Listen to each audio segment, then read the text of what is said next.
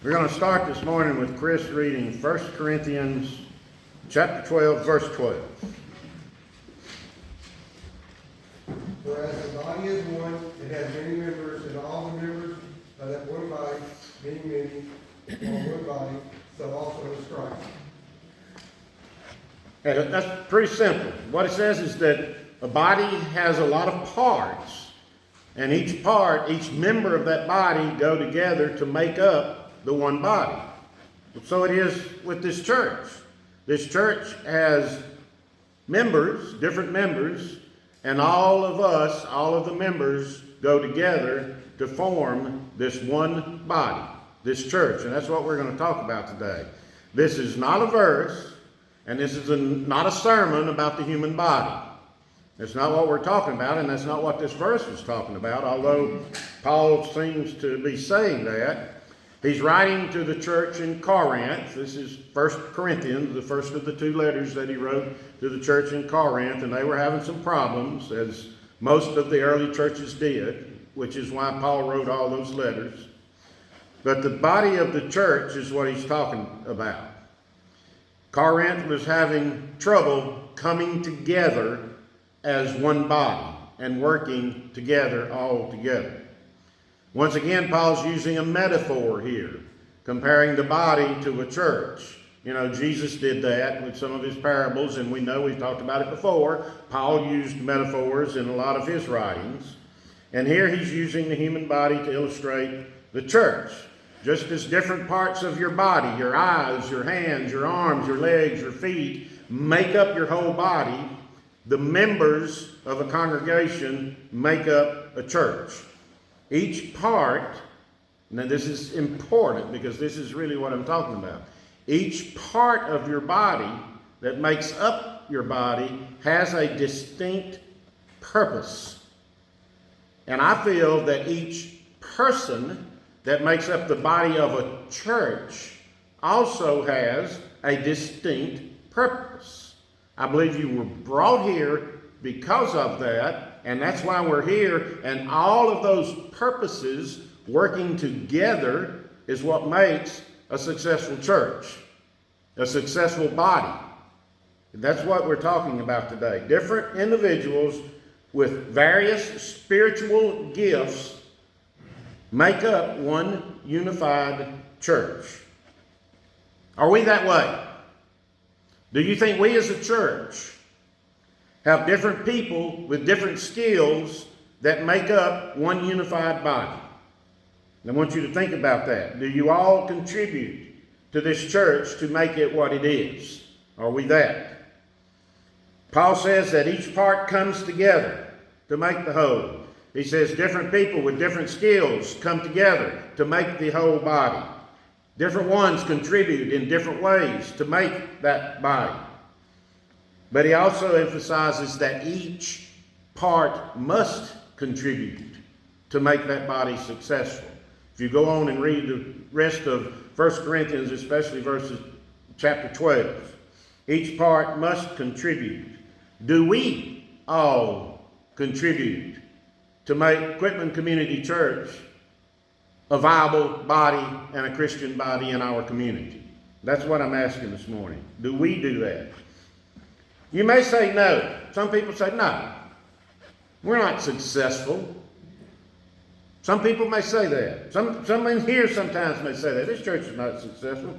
Well, let me tell you about a few things this little community church has done. Friday a week ago, we handed out candy to 65 kids, and there were parents or guardians with every one of them seeing what little Quitman Community Church can do. That was amazing. Yesterday, we fed 31 people in our veterans meal, which is the third year in a row that we've done that. We provided a scholarship for a freshman at Louisiana Tech last year. We've already got enough money to do it again next year, and we'll do it every year because you give, because we do those kind of things. We have wonderful social meals together. We have plans to help families during Thanksgiving and plans to help children during Christmas. I had someone tell me back in May, I think it was, that goes to a much larger church than this one. Well, I wish our church did stuff like that. So yeah, I think we can say that we work together as one body to get things done in Little Quitman by Little Quitman Community Church. I think we are. And you need to ask yourself, are you a part of what's going on here? If not, you need to be. First of all, we realize that different talents come from different people, but they're all essential.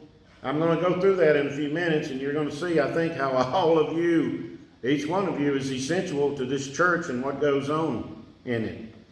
There are spiritual gifts that you have. Different people in this congregation have different spiritual gifts. God has given you those gifts, those talents, whatever it is.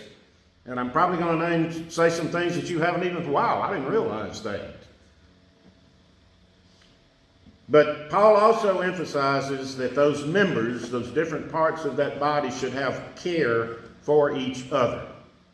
Not only should we be here to help this church and do what this church does, but we should be parts of that one body and have care for each other. You know, for Marcy and Irene, for Sandy, you know, for the all the other members of this one body that are not here because they're ill or had surgery or something's wrong with them. You know, Paul says we should have care for those people also. That's part of making that one body. That's part of doing what you should do as a member of this one body to bring about the unity and make us successful. We need to have care for each other. If someone's hurting or failing, we should go to their side. If someone's rejoicing and being honored, we should go to their side and rejoice with them. You know, we shouldn't be jealous. Say, wow, look what you did. Let's go. Let's all go celebrate that fact. If someone's hurting or in need, we should as a church, one of our members, we should as a church go to them and help them. That's part of being a unified body. That's what we're supposed to do. Some people have gifts that they may think are a little less significant than others. There's no such thing. Everyone in here has a gift given to you by God. That's why you're here. Your gift is just as great as anyone else's in this room. No one in here is better than anyone else. We're all Christians. We're all made in God's image. We're all given gifts by God. And according to Him, you're a Christian. You believe in His Son, Jesus Christ. That's all that matters. And He gives you those gifts and He expects you to use them. And I encourage you to identify what your spiritual gift is and to use that gift in this church. There are no big I's or little U's or big me's and little these in this church. We're all the same. Everybody in the body is somebody, just like every part of your body is a part of your body and is necessary, needed, except the appendix. I don't have the appendix and the tonsils, I guess we could do without, but in a church, as one body, we all have gifts that the church needs. That's why God put us here. You know, in this country, there's a lot of talk about, we have the 1%, and then we have the shrinking middle class, and we have the poor. So there are different classes, unfortunately, in this country. There are different classes of people. But in the church, there's no such thing. The church erases all economic and social and ethnic differences in people. We are all Christians in all one part of the great big body that is the church. This is what Paul is talking about in verse 12. But we don't all have the same gifts. We don't all do the same things for this church. Now, I started not to do this because I know in a couple of places I'll get a little emotional. But I'm going to anyway. I hope I don't offend anyone with what I'm fixing to do. I had to ask Billy Ruth's help, so if it offends you, it's her fault. So I want to look at the different gifts in this congregation. How each of you are different, but you've been blessed with a gift. And that gift has been brought to this church by you. All of you. Hopefully you'll see how what I say about you makes up a big part of the body, which is our church. Let's start with Tony. Smiling, look, right down. Smiling, laughing. Always happy. Always got a good word. Keeps us cheerful and fun, right? Makes things fun. That's a gift. And then the guy sitting right in front of him, Chris, he's our worker. I don't think Chris has ever said no to being asked to do something for this church or for the individuals like me at their homes or wherever. Chris is a worker. He does stuff, gets things done. That's a gift. And he shows us how we should get things done also. Cheryl, you probably don't realize it, but you have probably the most noticeable gift, the gift of music. We've learned a couple of times what it's like to have to sing without accompaniment. It's not fun. So you have a very noticeable gift in this church, and you use it. Tizzy, she's the cook, the organizer, she's the president of our board, and she's always here. I guess you could say she takes care of the back of the church. And then there's Billy Ruth sitting over there. I could not do what I'm doing up here without her. She supports me. She records my messages, sends them to the people that are not here, and sends them to a lot of other people, some of our relatives, and they get to hear it. She helps Tizzy. She's always here. She keeps me on my toes. She's the originator and the organizer of a lot of the things that we do, even though you may not know it. And she has a gold ring on her left hand, and I'm glad it's mine. Sherry, you may not realize it. Your gift is taking care of that young man sitting there beside you. It's wonderful when Casey comes in and says hi and hello, and he's smiling, and you know, he's a part of our adventure, and he is an adventure. And it's great to see him here, and your gift is getting him here, and his gift is spreading cheer just like Tony's is, and he does it. Dwight's not here, but you know, Dwight probably knows more about our facilities than anyone else here. For a long time, he mowed the grass and helped you clean and did a lot of other things. And Dwight just, he takes care of things. He locks up on Sundays when he's here. You know, he's a big part and contributes to this church. Marcy's not here, but Marcy's got a great big responsibility. She's bringing a new little one.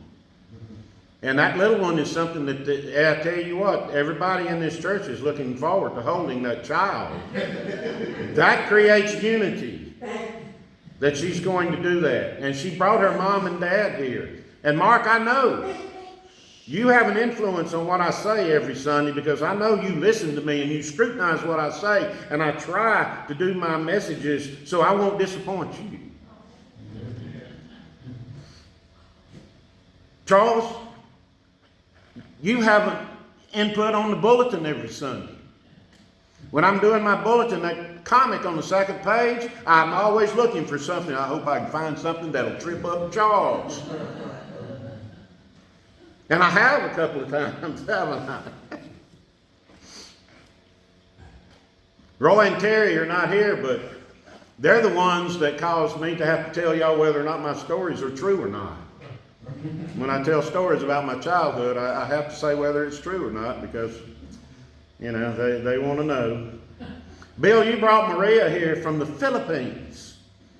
And y'all have been very faithful coming, and we've learned more about what's going on in the Philippines, and we're praying for them. Maria, for your family and your homeland.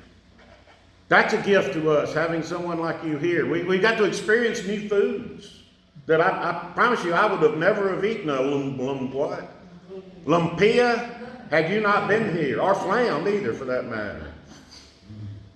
Sandy and Terry are what I like to call the gentle souls in our congregation. Sandy may be quiet. Terry is too, to a certain extent. But once Terry gets to talking, he'll tell you anything that he knows. But Sandy, I promise you, is very concerned about this church, and she cares in a way that most of you do not know. Phyllis most of the time gets Aunt Pep here, which is important. And if we run out of things to talk about, we just look to Phyllis. She's always got something to talk about. She's a talker also. Yeah. What would it be like without Phyllis and Aunt Pep? Aunt Pep, she speaks her mind, and she makes sure she tells us whether what we're doing is right or not. Linda, you're sort of a quiet one. But you know, you may not realize this, but you're sort of the one we go to last to get a yes or no on what we're trying to decide to do, just like this morning.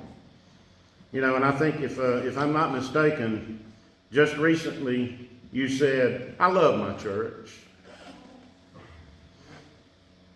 And I haven't said anything about everybody that gives money to this church. We're financially sound, thanks to the giving you all do, and Cheryl's taking care of it. Some of us have prominent roles and more public gifts, like the music and me up here talking.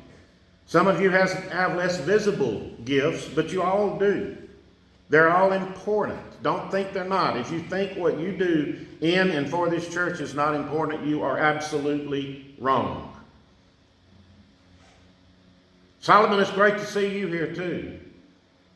I know it's not easy sometimes for you to come and join us, but you know, you're really a Christian. Thank you. No one should think they're insignificant in this body. Some people serve, some people give, some people just pray for other people. It's all part of the body. Somebody says, well, I don't ever get to do anything. I'm not on any committees. I don't make any decisions. Yeah, you do. You do. You really do. You're all important to this body. You do matter. God placed you in this body, gifted you with something that this body can use, and we're all putting it together to make one unified body, one unified church, and nothing can change that. And we're proving it by the things that we're accomplishing and that we're doing. Paul makes it very clear that you should not feel insignificant because you have a valuable gift that is being used by this church, and that you are part of this body of believers. And God made you, He saved you, and He gave you your unique gifts, and He put you in this place so those gifts could be served. I know sometimes you wrestle with who you are and whether or not you fit. Well, you know, you were made in God's image. Do not feel insignificant in this church. No one that is in a church and has a gift and they're using that gift is insignificant. It's all needed. Now I want you to look around. One of us is an eye. One of us is an ear. One of us is an arm. Got a leg or two, a couple of feet. Put all that together and what do you get? One unified body. And I really think that that's what this church is. We're one pretty good unified church body. Everybody in this body is somebody. The only one who is more important than anyone in this church is Jesus Christ. Amen.